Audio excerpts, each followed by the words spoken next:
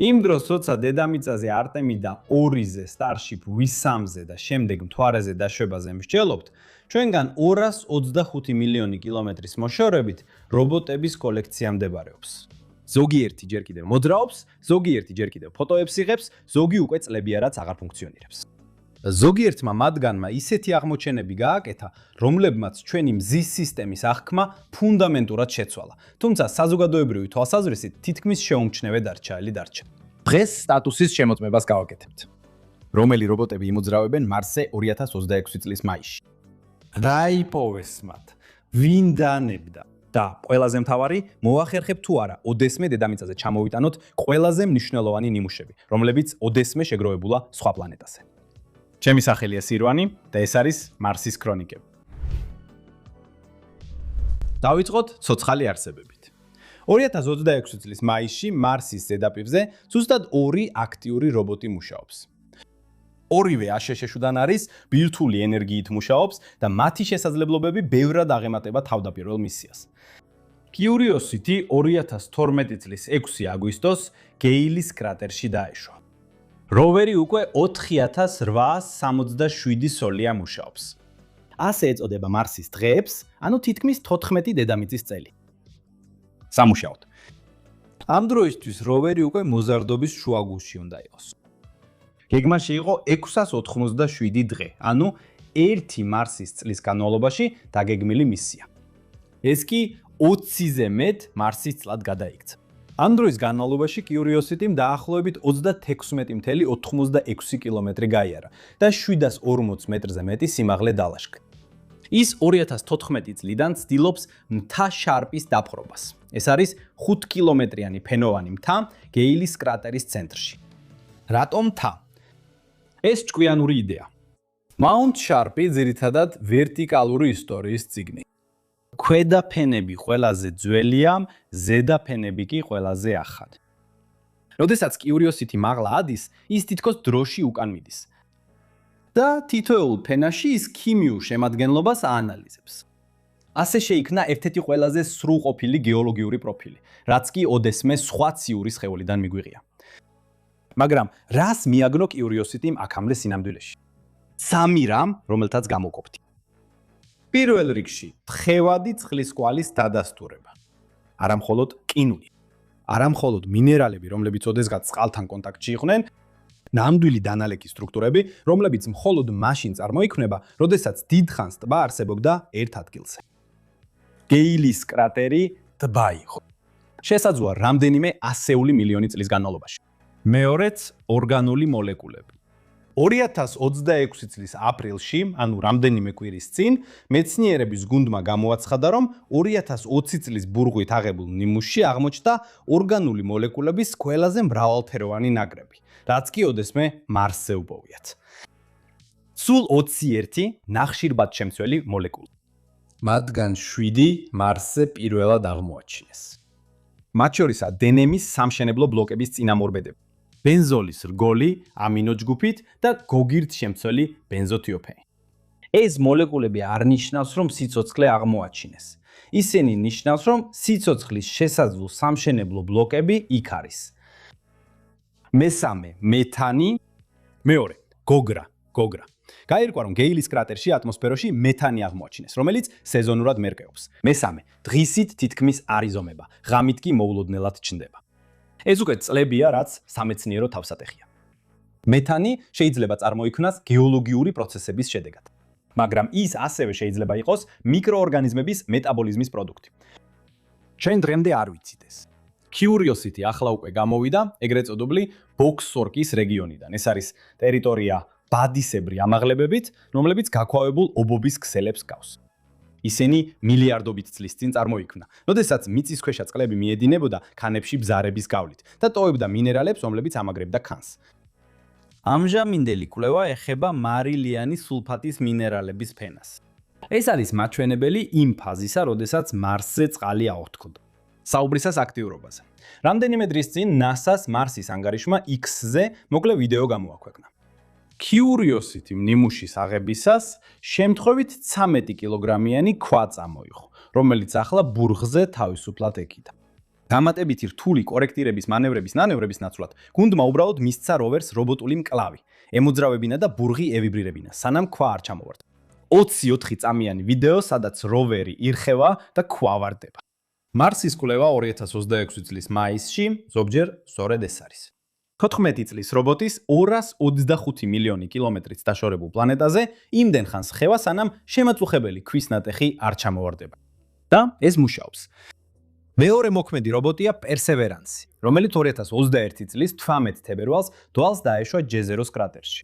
ზუსტად იქ, სადაც 3.5 მილიარდი წლის წინ მდინარე ტბაში ჩაედინებოდა. ამას სამეცნიერო ტერმინია მდინარის დელტა.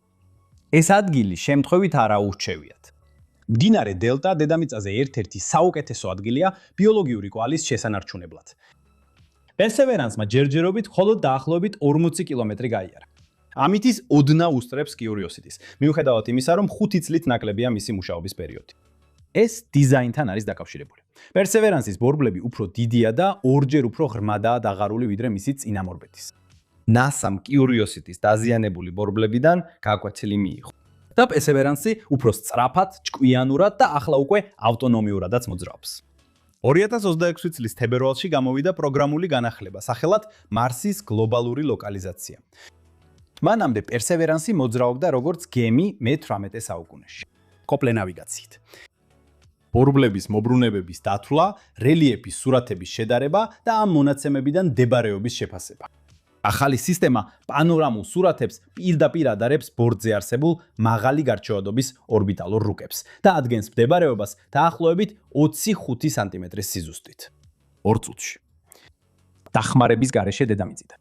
და 2025 წლის დეკემბერში პერსევერანსმა პირველად გაიარა მანძილი, რომელიც მთლიანად ხელოვნურმა ინტელექტმა დაგეკვა. 210 მეტრი 8 დეკემბერს. 246 მეტრი 2 დღის შემდეგ. სისტემა იყენებს ეგრეთობლივ ვიზუალურ ენოვან მოდელებს და წარმოადგენს თანამშრომლობას Jet Propulsion ლაბორატორიას და Anthropic-ს შორის. ზუსტად იმ კომპანიას, რომელიც Cloud-ის უკან დგას. ამ ორ აპლიკაციას შორის დისტანცია აბსურდულია, მაგრამ სრულიად მომხიბვლელი. რა აღმოაჩინა პერსევერანსმა, რაც ამ ძალისხმევად ღირდა? 3 რამ. პირველ რიგში ჩიავა Pulse. კლდე, რომელიც 2024 წელს აღმოაჩინეს. მასზე მუქი ლაქებია, რომელსაც მეცნიერები ლეოპარდის ლაქებს უწოდებენ. დედამიწაზე ასეთი ნიმუშები ქიმიური რეაქციების შედეგად წარმოიქმნება, რომელსაც მიკროორგანიზმები იწვევს. მარსზე მათ იგივე მნიშვნელობა შეიძლება ჰქონდეთ, ან შეიძლება გეოლოგიურად აიხსნას. ამჟამად ეს კითხვა ჯერ კიდევ ღია და ის მთლიანი მარსის კვლევის ყველაზე მნიშვნელოვანი ღია კითხვაა. მეორეც, პერსევერანსი პირველი როვერია, რომელიც არა მხოლოდ ზომავს, არამედ აქტიურად აგროვებს მასალას და ინახავს მას დალუქულ ტიტანის მილის შიგნით. ამ მილებიდან ზოგიერთი ამჟამად ჯერ კიდევ ბორტზეა, ხოლო სხვები სპეციალურად დატოვეს გარკვეულ ადგილებში, რათა მარსის ნიმუშების დაბრუნების მისიის დროს შეგროვდეს და დედამიწაზე დაბრუნდეს.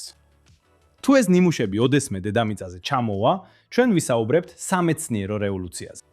თუ არა, ისინი კოსმოსური კვლევის ისტორიის ერთ-ერთ ყველაზე ძვირადღირებულ დაპირებად დარჩებიან. დღევანდელი მდგომარეობით ეს მისია ძალიან მყიფე საფუძველზე დგას. ის რამდენჯერმე გაუქმდა და გადაკეთდა.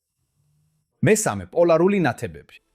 პერსევერანსმა 2025 წელს სხვა პლანეტის ზედაპირიდან პირველი ხილული პოლარული ნათებები დააფიქსირა. და მისმა მიკროფონებმა ჩაწერეს ელექტრული განმუხტვები გამულელ თვრის ეშმაკებში. ფენომენი, რომელიც მანამდე მხოლოდ თეორიულად იყო დასმული. ეხლა ცუდი ამბავი. ან უпростоრად არც ისე ერთმნიშვნელოვანი ამბავი. მესამე როვერი, რომელიც ცოტა ხნის წინაც მონაწილეობდა, ჟურონგია. ჩინეთის პირველი მარსის როვერი, რომელიც 2021 წლის მაისში დაეშვა უტოპია პლანეტიას რეგიონში. 240 კილოგრამი წონა, 6 სამეცნიერო ინსტრუმენტი დაგეგმილი იყო 3 მარსის თვის განმავლობაში. ჟურონგმა საბოლოოდ 348 მარსის დღე იმოგზაურა და 1921 მეტრი დაფა 1 მეტრი დაფა.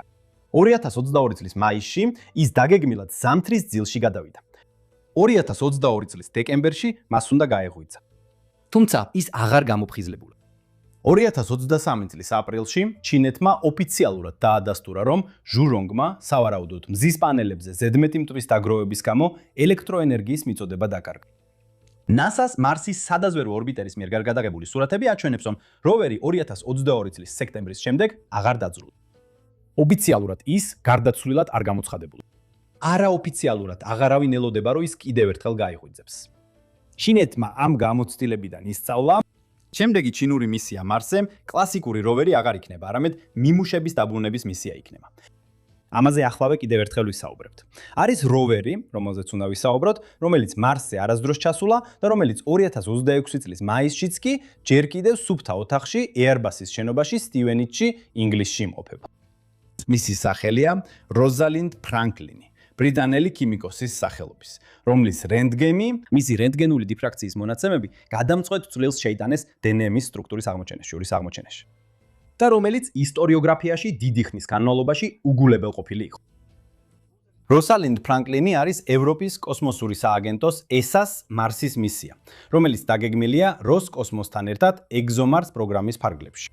როვერი ბურღით, რომელსაც შეუძლია 2 მეტრის სიღრმეზე შეაღწიოს მარსის ქანებში. უფრო ღრმად, ვიდრე ოდესმე რომელიმე სხვა როვერს გაუთხრია.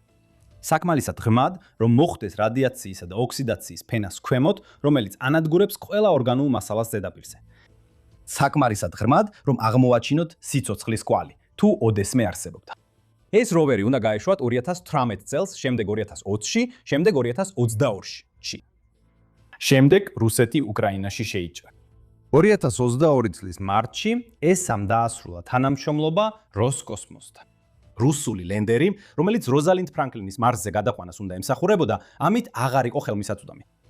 რუსული რადიაციული გამათბობელი, რომელიც როვერს მარსის ცივ ღამეებში უნდა დახმარებოდა, ასევე აღარ იყო ხელმისაწვდომი. ESA-მ როვერის თითქმის მთლიანად სხვა ტექნიკაზე გადაყვანა მოუხდა. 2024 წლის მაისში ASHS-თან ახალი კონტრაქტი გაფორმდა. NASA უზრუნველყოფს გამშვებ რაკეტას და რადიაციულ გამათბობელს. ახალი ლენდერი შენდება. გაშვება ახლა 2028 წლისთვის არის დაგეგმილი. მარსზე ჩასვლა 2030 წელს. როზალიnd ფრანკლინი ამით გახდა ისტორიაში ყველაზე ხანდაზმული უპილოტო მისია მარსზე, სანამ საერთოდ დაეშვებოდა. 10 წელზე მეტი დაგვიანება, რამდენიმე მილიარდი ევროს დამატებითი ხარჯები. მაგრამ თუ ეს როვერი ოდესმე იქ მივა და 2 მეტრს ქანში ჩაბურღავს, შეიძლება გახდეს ყველაზე მნიშვნელოვანი ასტრობიოლოგიური ინსტრუმენტი, რომელიც ოდესმე მარსზე მიგვიტანია. და სანამ მარსის ზედაპირზე მყოფ რობოტებზე ვსაუბრობთ, ხშირად გვავიწოდება, რომ მარსის ორბიტა თავად გახდა ერთ-ერთი ყველაზე ხალხმრავალი ადამიანის მიერ შექმნილი სივრცე ბზის სისტემაში. 8 მოქმედი კოსმოსური აპარატი ამჟამად წითელ პლანეტას უვლის გარს. 8 როვერი. მათ მარსის ზედაპირი უკვე უკეთესად რუკაზე დაიტანეს, ვიდრე ჩვენი საკუთარი ზღვის ფსკერი. დავიწყოთ ვეტერანით. Mars Odyssey, რომელიც 2001 წელს NASA-მ გაუშვა. 2002 წლის ოქტომბრიდან მარსის ორბიტაზე. ეს მას აქცევს ყველაზე ძველ, უწყვეტად მოქმედ ზონდად სხვა პლანეტას. ის ინფრაწითელ დიაპაზონში ამზადებს მარსის რუკას და ამავდროულად ასრულებს საკომუნიკაციო რელეს ფუნქციას მარსის ზედაპირზე მყოფ როვერებსა და დედამიწას შორის. როცა პერსევერანსი დედამიწაზე სურათს აგზავნის, ეს პირდაპირ არ ხდება. ეს როგორც წესი ოდისეის ან შემდეგი ზონდის მეშვეობით გადის. Mars Express-ი, ესას პირველი პლანეტარული ზონდი, 2003 წლიდან მუშაობს. მან მარსის სტერეოში დააკარტოგრაფირა. პოლარული წყლის ყინული გაზომა და სამხრეთ პოლუსის ქვეშ მიწისქვეშა ტბები აღმოაჩინა. როზალიnd ფრანკლინის კრიზისის დროს Mars Express-ი მცირე, მაგრამ მნიშვნელოვან როლს ასრულებს როგორც საკომუნიკაციო ხიდი თავდაპირველი მისიისთვის. Mars Reconnaissance ორბიტერი MRO 2006 წლიდან ორბიტაზეა. მას აქვს HiRISE, ყველაზე მაღალი გარჩევადობის კამერა, რომელიც ოდესმე სხვა პლანეტისთვის მიუმართავთ. მისი საშუალებით რუკაზე აღინიშნება როვერების კვების კვალი, ლენდერების მდებარეობა და გეოლოგიური სტრუქტურები დაახლოებით 30 სანტიმეტრი პიქსელზე გარჩევადობით. ასევე, სწორედ HiRISE-მა მოგვაწოდა ის სურათები, რომლებითაც შევძელით დაგვედასტურებინა, რომ ჩინური ჟურონგის როვერი გაჩერებული იყო. მავენი, რომელიც 2014 წელს გაუშვეს, იკვლევს მარსის ზედა ატმოსფეროს. ზრუნდმა მოგვაწოდა ის, რაც ამ ათწლეულის ყველაზე შთამბეჭდავ მარსის აღმოჩენად ითვლება. დეტალური მექანიზმი იმისა, თუ როგორ დაკარგა მარსმა თავისი ატმოსფერო, მზის ქარის გავლენით. დაახლოებით 4 მილიარდი წლის წინ მარსმა დაკარგა თავისი მაგნიტური ველი და ამასთან ერთად მზის ქარისგან დაცვაც, რის შემდეგაც მზის ქარი ატმოსფეროს ნელ-ნელა კოსმოსში აფრქვევს. ExoMars-ის კვალი, აირების ორბიტერი, მოკლედ TGO, 2016 წლიდან ორბიტაზეა. და ის ეკუთვნის ESA, რუსეთის კოსმოსურ თანამშრომლობას, რომელიც უკრაინაში ომის დაწყების შემდეგ შეწყვეტა. თუმცა TGO თვითონ მუშაობას აგრძელებს. ის სპეციალიზებულია მარსის ატმოსფეროში კვალი გაზების ძიებაზე. განსაკუთრებით იმ იდუმალ მეთანზე, რომელიც Curiosity-მ ზედაპირზე გაზომა. შემდეგ არის სამი ახალი დამატება 2021 წლიდან. Al-Amali, ანუ Hope, არაბთა გაერთიანებული საამიროების ზონდი, პირველი არაბული მარსის ორბიტერი. Tianwen ერთი ჩინეთის პირველი მარსის ორბიტერი, რომელმაც თავისი როვერის სურონგი დასვა და მას შემდეგ მაღალ ელიფსურ ორბიტაზე აგრძელებს სამეცნიერო მუშაობას. ორივე კვლავ აქტიურია და ინდეთიც მონაწილეობდა. მარსის ორბიტერის მისია, რომელსაც ადგილობრივად სიყვარულით მანგალიანი ეძახდნენ, 2014 წლიდან ორბიტაზე იყო და ინდეთი გახდა პირველი ქვეყანა, რომელმაც მარსზე პირველი მცდელობა წარმატებით დაასრულა. 2022 წლის აპრილში ინდეთის კოსმოსურმა სააგენტომ ISRO-მ კავშირი დაკარგა. მანგალიანი სავარაუდოდ უკვე აღარ ფუნქციონირებს, თუმცა ალბათ კვლავ უხილავად ბრუნავს მარსის გარშემო. ისევე როგორც NASA-ს ვეტერანი Mars Global Surveyor, რომელიც 2006 წლიდან აღარ ფუნქციონირებს, მაგრამ მისი ორბიტა კიდევ 10 წლეულების განმავლობაში შენარჩუნდება. და ახლაც გზაშია ყველაზე საინტერესო რამ, რაც 2025 წელს მარსის მიმართულებით გაუშვეს. Escape-8. ეს არის NASA-ს თხუპი მისია, რომელიც შედგება ორი იდენტური ზონდისგან. აშენებულია Rocket Lab-ის მიერ და იმართება კალიფორნიის უნივერსიტეტ Berkeley-ის მიერ. Escape-8 გაუშვეს 2025 წლის 13 ნოემბერს New Glenn-ის მეორე ფრენით Cape Canaveral-იდან. სხვათა შორის ეს იყო ის ფრენა, როდესაც Blue Origin-მა პირველად წარმატებით დასვა ბუსტერი უპილოტო ხომალდ Jacqueline-ზე. ისტორიული დოპლერის ორმაგი წარმატება. ორი ესკაპადეს ზონდი ამჟამად ლაგრანჟის მეორე წერტილთან ბრუნავს, ანუ დედამიწის უკან დაახლოებით 1.5 მილიონი კილომეტრის მანძილზე. ისინი იქ კონკრეტულ თარიღს ელოდებიან. 2026 წლის ნოემბერში ისინი დედამიწაზე დაბრუნდებიან. განახორციელებენ ფრენას ახლოს და ჩვენს პლანეტას მარსისკენ გასაშვებ კატაპულტად გამოიყენებენ. ჩასვლა 2027 წლის სექტემბერში. რაც მათ იქ გააკეთებენ, უნიკალურია. პირველად ისტორიაში ორი კოორდინირებული კოსმოსური ხომალდი ერთდროულად შევა სხვა პლანეტის ორბიტაზე. ისინი მარსის გარშემო უნდა იმოძრაონ მარგალიტების მძივის ფორმაციაში. ანუ, როგორც მძივები, ერთმანეთის მიყოლებით იმავე ორბიტალურ ზონაში იფრენენ, რათა გაზომონ დროებითი ცვლილებები მზის ქარისა და მარსის სისტემაში. მარსის ველზე ერთი და იგივე ადგილი რამდენიმე წუთის ინტერვალით ორი სენსორით იზომება. ასეთი რამ ჯერ არ ყოფილა. თუ ყველაფერი გეგმის მიხედვით წავიდა და Escape-8 2028 წელს დაიწყებს სამეცნიერო მუშაობას, მარსის ორბიტაზე უკვე 10 მოქმედი კოსმოსური აპარატი იქნება. და ეს უკვე წარმატების საკუთარი ისტორია. მაშინ როცა დედამიწაზე ვსაუბრობ დაგვიანებებზე, გაუქმებულ მისიებზე და გაურკვეველ სამოქმედო გეგმებზე, მარსის ორბიტაზე კოსმოსური აპარატების კონსტელაცია უფრო მჭიდროა ვიდრე ოდესმე. თუ ეს შეფასება შენც ისე ხიბლავს როგორც მე, დააჭირე ახლა ნახევარ ნიშანს თუ გაქვს. თუ არა, მოწონება, გამოწერა ან კომენტარი არხს ძალიან დაეხმარება. გვადლობ და გავაგრძელთ. მოდით მოკლედ გადავხედოთ იმ რობოტებს, რომლებიც აღარ მოძრაობენ. მაგრამ თითოეულმა მათგანმა ისტორია შექმნა. Sojourner, პირველი მოძრავი რობოტი სხვა პლანეტაზე. 1997 წელს დაეშვა როგორც Mars Pathfinder-ის მისიის ნაწილი. ბავშვის ეტლის ზომის დაგეგმილი იყო 7 დღით, მაგრამ იმუშავა 83 დღე. დაამტკიცა, რომ მარსზე გადაადგილება საერთოდ შესაძლებელია. დღეს ის უმოძრაოდ დგას არესვალიში. ალბათ უკვე ნახევრად დამარხულია ქვიშის ქარიშხლებით. Spirit და Opportunity, ტოპები. დასვეს 2004 წელს თითოეულისთვის დაგეგმილი მისიის ხანგრძლივობა იყო 80 მარსის დღე. Spirit-მა იმუშავა 2210 დღე და გაიარა 7.73 კილომეტრი, სანამ 2010 წელს ქვიშის ორმოში არ გაიჭედა. Opportunity-მ წარმოუდგენელი 1.6 კილომეტრი გაიარა. იმუშავა 5111 დღე და 2018 წელს გლობალურმა ქვიშის ქარიშხალმა შეაჩერა. Opportunity-ის ბოლო შეტყობინება, თავისუფალი თარგმანით. ჩემი ბატარეა დაცლილია და ბნელდება. ფრაზა, რომელიც დღესაც ბევრ NASA-ს ინჟინერს ცემლებს იწვევს. ნამდვილად ტრაგედია. ეს როვერი მხოლოდ 90 დღე განმავლობაში უნდა ემუშაო. ის 15 წელი მუშაობდა. მან მარათონის კრატერს მიაღწია. კრატერს, რომელსაც ეს სახელი იმიტომ დაარქვეს, რომ ის დაახლოებით მარათონის სიშორეზე იყო დაშორებული დაშვების წერტილიდან. ამ 4 როვერმა საფუძველი ჩაუყარა. მარსზე წყალი არსებობდა. დიდხანს, სტაბილურად და ისეთი რაოდენობით, რომ სიცოცხლის არსებობა შესაძლებელი ყოფილიყო. სტაციონარული დამშვები აპარატები ამ ჩამონათვალში არ უნდა გამოტოვონ. 3 მათგანი განსაკუთრებით აღსანიშნავია. Viking 1 და Viking 2. პირველები, რომლებიც საერთოდ დაეშვნენ 1976 წელს. მათ ჩაატარეს პირველი ექსპერიმენტები მიკრობული სიცოცხლის მოსაძებნად. შედეგები იყო არაერთმნიშვნელოვანი, რაც დღემდე იწვევს დისკუსიებს. ზოგი მეცნიერი ამტკიცებს, რომ ვაიკინგმა მაშინ სიცოცხლე აღმოაჩინა, მაგრამ შედეგი უარყვეს არასაკმარისი ინტერპრეტაციის მოდელების გამო. ფენიქსი, რომელიც 2008 წელს მარსის ჩრდილოეთ პოლუსთან ახლოს დაეშვა, პირველად პირდაპირ დაადასტურა მარსის ნიადაგში წყლის ყინულის არსებობა. მან ის ამოთხარა და მიკროსკოპის ქვეშ დაინახა, როგორ სუბლიმირდებოდა კამერის წინ. და ინსაიტი, რომელიც 2018 წელს დაეშვა. პირველი ლენდერი, რომელმაც არა ზედაპირი, არამედ მარსის შიგთავსი გამოიკვლია. სეისმომეტრით, რომელიც იმდენად მგრძნობიარე იყო, რომ მარსის მიწის ძვრების დაფიქსირება შეეძლო.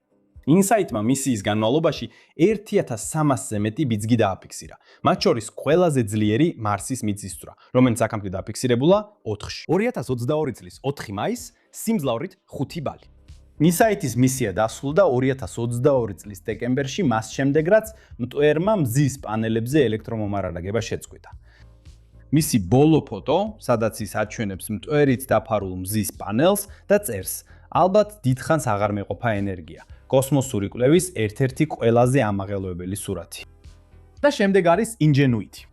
სრულიად არ მწვენია ვაღიარო, რომ ეს პატარა ვერტფრენი ძალიან მომწონს. ჩემი პირადი ფავორიტი, Mars. დაწერეთ კომენტარებში, ვინ არის თქვენი რჩეული. პატარა დრონი, რომელიც Perseverance-თან ერთად მოვიდა. დაგეგმილი იყო 5 სატესტო ფრენა. მან 72-ჯერ იფრინა. 3 მარსის წელი გაგრძელდა. პირველი დრონი, რომელიც ოდესმე სხვა ციუს სხეულზე გაფრინდა. მან აჩვენა, რომ მარსზე კონტროლირებადი ფრენა შესაძლებელია. ატმოსფეროს სიმკვრივეში, რომელიც მხოლოდ 1%-ია დედამიწის სიმკვრივის. 2024 წლის იანვარში დაშვებისას ერთ-ერთი როტორის ფთა გათხდა და Ingenuity ვეღარ შეძლო ფრენა. მაგრამ ის კვლავ ფუნქციონირებს როგორც სტატიკური ამინდის სადგური და აგრძელებს კომუნიკაციას Perseverance-თან. გეოგნებით Ingenuity დაჭრილი მარტოდ წევს და მაინც აგრძელებს მონაცემების მიწოდებას. ის რაც Ingenuity-მ შეძლო, უზარმაზარია. მარსის ვერტმფრენების შემდეგი თაობა Skyfall-ის მისიის ფარგლებში Space Reactor 1 Freedom-ზე ერთად გაფრინდება. 3 ვერტმფრენი Ingenuity-ის კლასის. მეტი ამაზე ჩვენს ვიდეოში Project Freedom-ზე, რომელიც ახლა ქვემოთ არის მითითებული, რა თქმა უნდა. ეხლა მოდის უსიამოვნო ნაწილი. მარსის ნიმუშების დაბრუნება. Perseverance-მა 33 ნიმუშის მილი შეავსო. სულ თან 38 მილი აქვს. 10 მილი ზედაპირზე დატოვეს. დანარჩენი ჯერ კიდევ Persistar რჩება. თითოეული მათგანი შეიცავს მასალას, რომელიც დედამიწაზე შეიძლება გაანალიზდეს ინსტრუმენტებით, რომლებიც არასდროს დაეტევა როვერზე. ჩვენ საუბრობთ მასის სპექტრომეტრებზე, რომლებიც თელ ოთახს იკავებს. ჩვენ საუბრობთ იმაზე, რომ ამ ნიმუშებიდან ერთმა ირლანდიურ ლაბორატორიაში შეიძლება საბოლოოდ დაადასტუროს, არის თუ არა ლეოპარდის ლაქები ბიოლოგიური წარმოშობის. ეს ნიმუშები ყველაზე ძვირფასია, რაც კაცობრიობას ოდესმე შეუგროვებია სხვა პლანეტაზე. და ეხლა იქვედებს. შეიძლება სამუდამოდ. ეს ისტორია რთულია. მარსის ნიმუშების დაბრუნება NASA-სა და ESA-ს ერთობლივი მისია იყო. დაგეგმილი იყო შემდეგი.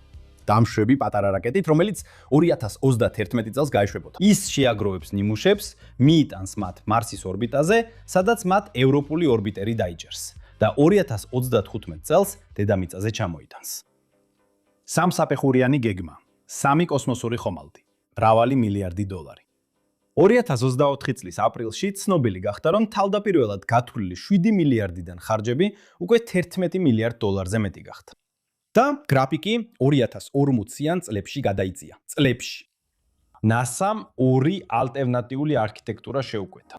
ერთი ტრადიციული, NASA-მ ორი ალტერნატიული არქიტექტურა შეუკვეთა. ერთი ტრადიციული გამოცდილი Skycrane-ით, როგორც Curiosity-სა და Perseverance-ის შემთხვევაში და ერთი კომერციული, სადაც ნიმუშების ჩამოტანა SpaceX-ის ან Blue Origin-ის ლენდერით იყო დაგეგმილი.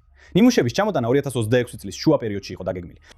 2025 წლის მაისში ტრამპის ადმინისტრაციამ 2026 წლის ბიუჯეტის პროექტში შემოგთავაზა, რომ მარსის ნიმუშების დაბრუნების პროგრამა გაეუქმებინათ. მიზეზი ძალიან ძვირი იყო და მიზანი ისედაც შესრულდებოდა მარსზე ადამიანის მისიის დროს. ძვირი ისედაც. 2026 წლის იანვარში კონგრესმა საბოლოო ბიუჯეტი დაამტკიცა. NASA-ს ბიუჯეტი 24.4 მილიარდ დოლარად გამისაზღვრა. ნიშნულოვნად უფრო მაღალი, ვიდრე ტრამპს ჰქონდა შემოთავაზებული. მაგრამ მარსის ნიმუშების დაბრუნება თავდაპირველად დაგეგმილი ფორმით გაუქმდა. ფაქტობრივად დასრულდა. ეს კონკრეტულად ნიშნავს 33 ნიმუშის მილაკი კлау მარსზე. 10 ნიმუშის მილაკი, რომლებიც ჯეზეროს კრატერში დატოვეს, სავარაუდოდ აღარასოდეს იქნება წამოღებული. არსებობს ახალი პროგრამა სახელად მარსის მომავალი მისიები, რომელიც შესაძლოა დაბრუნებას დაგეგმოს, მაგრამ კონკრეტულად არაფერი. არც გეგმა, არც თარიღი, არც არქიტექტურა. კითხვა, უნდა ჩავდოთ 11 მილიარდი პროექტში, რომელიც რაღაცას გააკეთებს, რასაც მომავალში ადამიანები შეასრულებენ და სანამ ეს ხდება, ჩინეთი აშენებს. Tianwen-3 ჩინეთის ნიმუშების დაბრუნების მისია უნდა გაეშვას 2028 წელს. დაბრუნება 2031 წელს. NASA-ს არქიტექტურისგან განსხვავებით, Tianwen-3 მხოლოდ ერთ ადგილზე დაეშვება და მხოლოდ იქ შეაგროვებს მასალას. ამიტომ სამეცნიერო შესაძლებლობები შეზღუდულია შედარებით როვერზე დაფუძნებულ მიდგომასთან, რომელიც 30 სხვადასხვა ადგილს მოიცავს. მაგრამ იმის ალბათობა, რომ ეს მისია სინამდვილეში ნიმუშებს დედამიწაზე ჩამოიტანს, მნიშვნელოვნად უფრო მაღალია. თუ Tianwen-3 წარმატებული იქნება, მაშინ შესაძლებელია, რომ პირველი მარსის ნიმუშები ჩინურ ლაბორატორიებში გაანალიზდეს და არა ამერიკულ ან ევროპულში. ეს უფრო სავარაუდო სცენარია. NASA-ს ყოფილმა ხელმძღვანელმა ამ სცენარზე თქვა, ციტირებ აზრს, რომ ვერ წარმოიდგენს, რომ ერთადერთი მარსის ნიმუშები ოდესმე მხოლოდ ჩინური კოსმოსური ხომალდებით დაბრუნდეს. ეს იყო 2025 წელი. 2026 წლის დასაწყისში სწორედ ეს სცენარი არის ყველაზე სავარაუდო.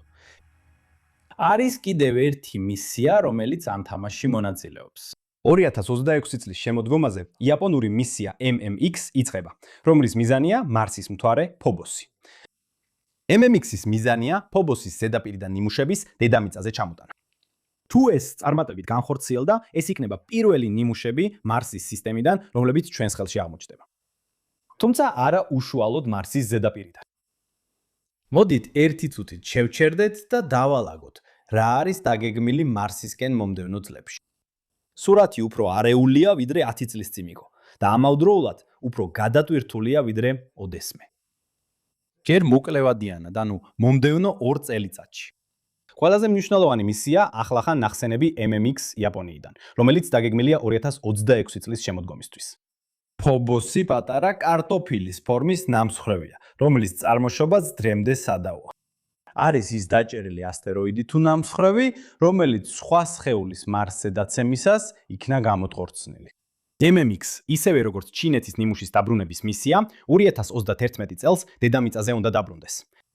იაპონიის კოსმოსურმა სააგენტომ JAXA-მ უკვე 2 წარმატებული ნიმუშის დაბრუნების მისია განახორციელა ასტეროიდებიდან Hayabusa 1-ისა და Hayabusa 2-ის საშუალებით. მათ იციან, როგორ უნდა გაკეთდეს ეს. საშუალო ვადაში, ან 2028-დან 2030 წლამდე 3 მისია დაგეგმილი.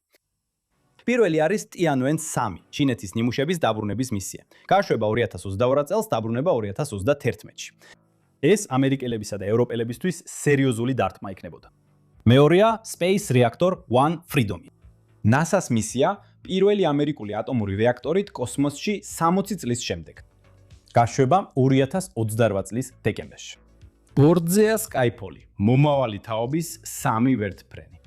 მათ უნდა მოძებნონ წყლის ყინული მარსის ზედაპირის ქვეშ მათი მიწის რადარით და რუკაზე ასახონ ადამიანებისთვის პოტენციური დასაფრენი ადგილები.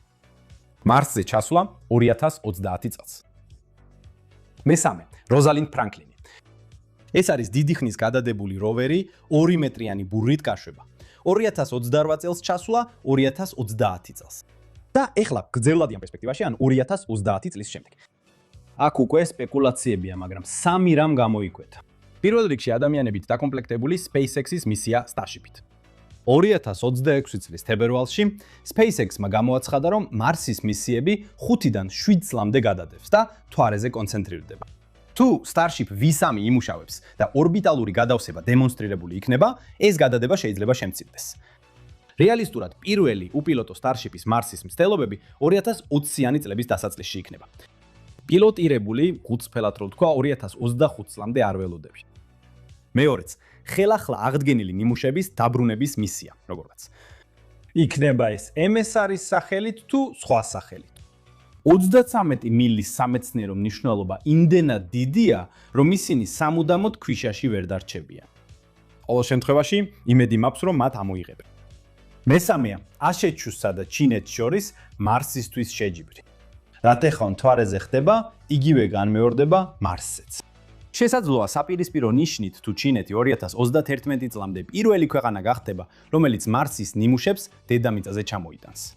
ეხლა გულწრფელი კითხვა. რა არის ყველაზე სავარაუდო სცენარი 2030 წლამდე? პირველ რიგში სავარაუდოდ Curiosity კიდევ 1-2 წელი მოგვაწვდის მონაცემებს. რადიონუკლიდური ბატარეა ნელა იშლება, ორბლები სუსტდება, ყოველდღიური სავალი დისტანცია მცირდება. მაგრამ NASA-მ გასულ წელს პროგრამული უზრუნველყოფის ოპტიმიზაციით როვერს ასწავლა, რომ როდესაც დაასრულებს, თავადვე დაიძინოს. ეს ენერგიას ზოგავს და კიდევ უფრო ახანგრძლივებს მის სიცოცხლეს. მეორეც, Perseverance JPL-ის მიხედვით შესანიშნავ მდგომარეობაშია და მინიმუმ 2031 წლამდე იმუშავებს. ახალი ავტონომიური შესაძლებლობებით და GPS-ის განახლებით ის ბევრად უფრო დიდ დისტანციას დაფარავს, ვიდრე დაგეგმილი იყო. მიზანი ასეთია: მიაღწიოს ისეთ ტერიტორიებს, რომლებიც კიდევ უფრო ძველია, ვიდრე ამჟამინდელი ნიმუშები. Singing Canyon-ი ერთ-ერთი შემდეგი გაჩერებაა. რეგიონი, სადაც ყველაზე ძველი ქანებია, რაც კი ვიცით. რაც კიდევ თვალში საცემია, ეს არის ერთგვარი კანონზომიერება. JPL ქმნის რობოტებს განსაზღვრული ექსპლუატაციის ვადით, მაგრამ შემდეგ აღმოჩნდება, რომ ეს დიზაინი ბევრად უფრო დიდხანს მუშაობს, ვიდრე თავდაპირველად იყო გათვალისწინებული. მეტაო მომხმარებლის პროდუქტებიც ისეთივე გამძლე იყოს, როგორც NASA-ს ზონდები. ეხლა ძალიან მნიშვნელოვან კითხვას უნდა უპასუხოთ. მოხელ ხდება თუ არა მარსზე ადამიანის გაფრენა, მანამდე სანამ ნიმუშების დაბრუნების მისია წარმატებით დასრულდება. ეს არის თეზა, რომელსაც დონალდ ტრამპმა 2025 წლის მაისში ბიუჯეტის პროექტში მიანიშნა. რობერტ ზუბრინი, რომელიც ალბათ მარსის ყველაზე ცნობილი მხარდამჭერია, ამას შესაძლებლად მიიჩნევს. მაგრამ მხოლოდ იმ შემთხვევაში, თუ NASA, SpaceX-ი და ტრამპის ადმინისტრაცია შეთანხმდებიან გეგმაზე, რომელსაც თავად ზუბრინი რეალისტურად მიიჩნევს. ის 2028 წელს ხედავს რობოტული კვლევითი ზონდების ტალღას. 2031 წელს უფრო დიდ რობოტულ ექსპედიციას და 2033 წელს ადამიანით დაკომპლექტებულ ფრენას. რეალისტურია თუ არა ეს, რთული სათქმელია. SpaceX-მა მარსის გეგმები გადადო. NASA-მ მარსის ნიმუშების დაბრუნების მისია გააუქმა. პირველი არტემისის მთვარის დაშვება ალბათ გადაიდება. ვინც 2026 წელს იტყვის, რომ 2033-ში ადამიანები მარსზე იქნებიან, ამაცია. მაგრამ ეს მხოლოდ ფანტაზია არ არის. ჯერ სანახავია. ვინც 2003 წელს იტყოდა, რომ 2026 წელს კერძო კომპანია ისტორიაში ყველაზე დიდ გამშვებ რაკეტას გაუშვებდა და ბუსტერს რობოტული კოშკის მკლავებით დაიჭერდა, მასაც დასცინებდნენ, ან პირდაპირ ფსიქიატრიულში მოათავსებდნენ. რა რჩება ამ ყველაფრის შემდეგ? სამი რამ. პირველ რიგში ჩვენ მარსის ზედაპირი უფრო მეტად გამოვიკვლიეთ, ვიდრე დედამიწის გარდა სხვა რომელიმე პლანეტის. ეს მიღწევა უნიკალურია ადამიანის ისტორიაში. 4 როვერმა ჯამში 130 კილომეტრზე მეტი გაიარა უცხო პლანეტაზე. 3 ლენდერმა მისი შიდა ნაწილი გამოიკვლია. დრონმა დაამტკიცა ფრენის შესაძლებლობა უცხო სამყაროში. მეორეც, ჩვენ გვაქვს თითქმის ყველა სამეცნიერო მაჩვენებელი, რომელიც წარსულ ცხოვრებაზე მიუთითებს. და არც ერთი, რომელიც ამას საბოლოოდ დაამტკიცებს. წყალი, საუკუნეების განმავლობაში სტაბილური, ტბები, ორგანული მოლეკულები, მეთანის ვარიაციები, ლეოპარდის მსგავსი სტრუქტურები. ყველაფერი არსებობს, მაგრამ არც ერთი საკმარისი არ არის. მესამე, ჩვენ გვაქვს პასუხი. ის 33 დალუქულ ტიტანის მილის შიგნითაა მოთავსებული როვერზე, რომელიც ჯეზეროს კრატერში. საკითხავია მხოლოდ ვინ აიღებს მას და როდის. და საერთოდ აიღებს თუ არა. დიდი მადლობა პრუშას. მათი მხარდაჭერის გარეშე ეს არხი სრულიად სხვანაირი იქნებოდა. ჩემი სახელია სირვანი და ეს იყო მარსის ქრონიკები. მადლობა ყურებისთვის. Per aspera ad astra.